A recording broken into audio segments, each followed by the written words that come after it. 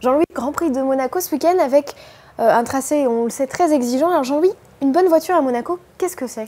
Bien déjà, on va éliminer les problèmes de pneus, parce que c'est pas grave. Les problèmes de frein également, il y a un freinage un peu difficile, ça c'est vrai. Mais ce qu'il faut pour Monaco, c'est une voiture, je vais dire, confortable. En réalité, c'est l'appui maximal.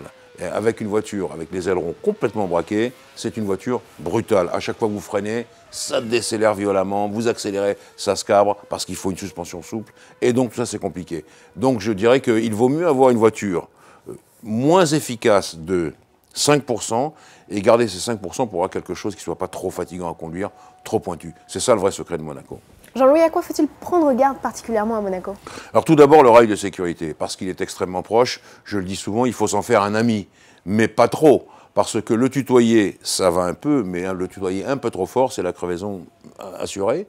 La deuxième chose à laquelle il faut faire très attention, c'est que la piste évolue en permanence. Plus vous mettez de gomme dessus, plus elle est rapide, et là on le voit bien au moment des qualifications, dans les derniers tours, c'est là qu'on fait vraiment les meilleurs temps. Et puis s'il pleut, tout est nettoyé, il faut tout recommencer à zéro. Donc ça c'est la chose numéro 1 que doivent voir les équipes.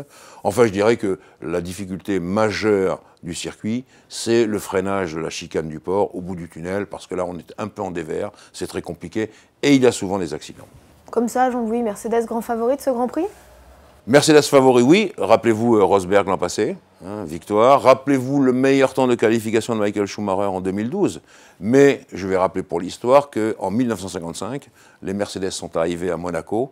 Il y en avait 4, et les 4 ont abandonné. Moteur, sortie de piste, boîte de vitesse, etc., etc. Et que c'est Maurice Trintignant qui a gagné en Ferrari. Donc vous voyez, il faut faire quand même attention à les pronostics. Pourquoi parle-t-on de circuit le plus glamour, Jean-Louis, là-bas?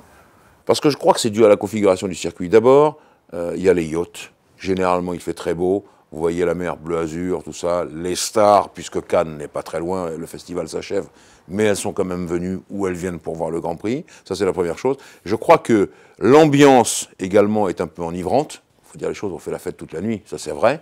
Et la troisième chose, à mon avis, la plus importante, c'est que c'est le seul circuit au monde où les spectateurs sont vraiment, de temps en temps, à 4-5 mètres des voitures et voient les pilotes vraiment en train de conduire, changer les vitesses, tout ça. Et ça, c'est formidable. Et ça, c'est le seul circuit au monde où ça fonctionne comme ça. C'est ça qui fait tout le glamour de Monaco.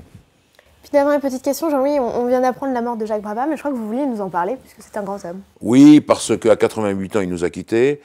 Il a été 3 fois champion du monde, et notamment le premier champion du monde sur une voiture de sa marque, sur une Brabham. Ça, c'était important. Je veux dire aussi qu'il avait écrit un bouquin formidable, Quand le drapeau s'abaisse. Il nous raconte, voilà, le drapeau s'abaisse, c'est son dernier Grand Prix.